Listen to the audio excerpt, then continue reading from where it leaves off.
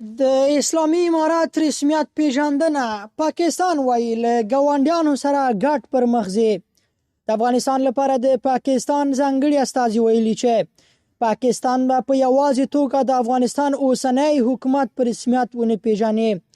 آصف علي دراني چې د اسلام آباد د پالیسۍ څیړنیز انسټیټیوټ کې خبرې کولې ویلي چې د اسلامي امارت رسمیت پیژندلو په اړه به د ګاونډیو هیوادونو ترمنځ شوي هوکړه‌لیک ته په کتو اقدام کوي. د افغانستان لپاره د پاکستان ځانګړي استازي آصف علي دراني وویل د افغانستان د ګاونډیو او روسیې ترمنځ یو هوکړه‌لیک شته چې که موږ وغواړو د افغانستان دولت په رسمیت وپیژنو نو باید ټول یو ځای په رسمیت وپیژنو. په یو اړخیزه توګه نه، زه فکر کوم چې موږ په دوامداره توګه په دغه برخه کې هڅه هم کړې ده.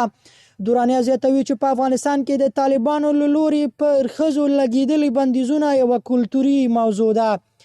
د افغانستان لپاره د پاکستان دغه ځانګړی استازی وایي په افغانستان کې د فساد کچه راکمه شوې، امنیت ښه شوی او د نشه یي توکو کرکیله هم تر ټولو ټیټې کچې ته را رسېدلې ده. د کورنیو چارو وزارت ویان عبدالمتین کاني تولنیوز ته ویلي 4 کلنه پالیسي جوړه شوې ده او په هغه پالیسۍ کې هر څه ځای پر ځای شوي دي.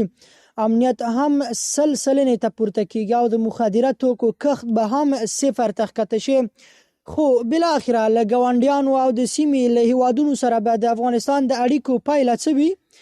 د سیاسي چارو شنونکی عبدالرؤف توانه څرګنده کړه د افغانستان په اړه د پاکستان ځانګړي استازي خبرې له 2 احتمالاتو لري نه دي.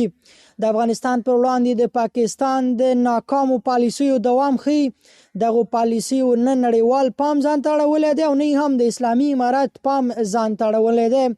له تیرو څو میاشتو راهیسې له ګاونډیو هیوادونو په ځانګړې توګه له پاکستان سره د افغانستان اړیکې ترینګلې شوي او دا هم څرګنده نه ده چې دغه اړیکې به بیرته نورمالې شي او که نه.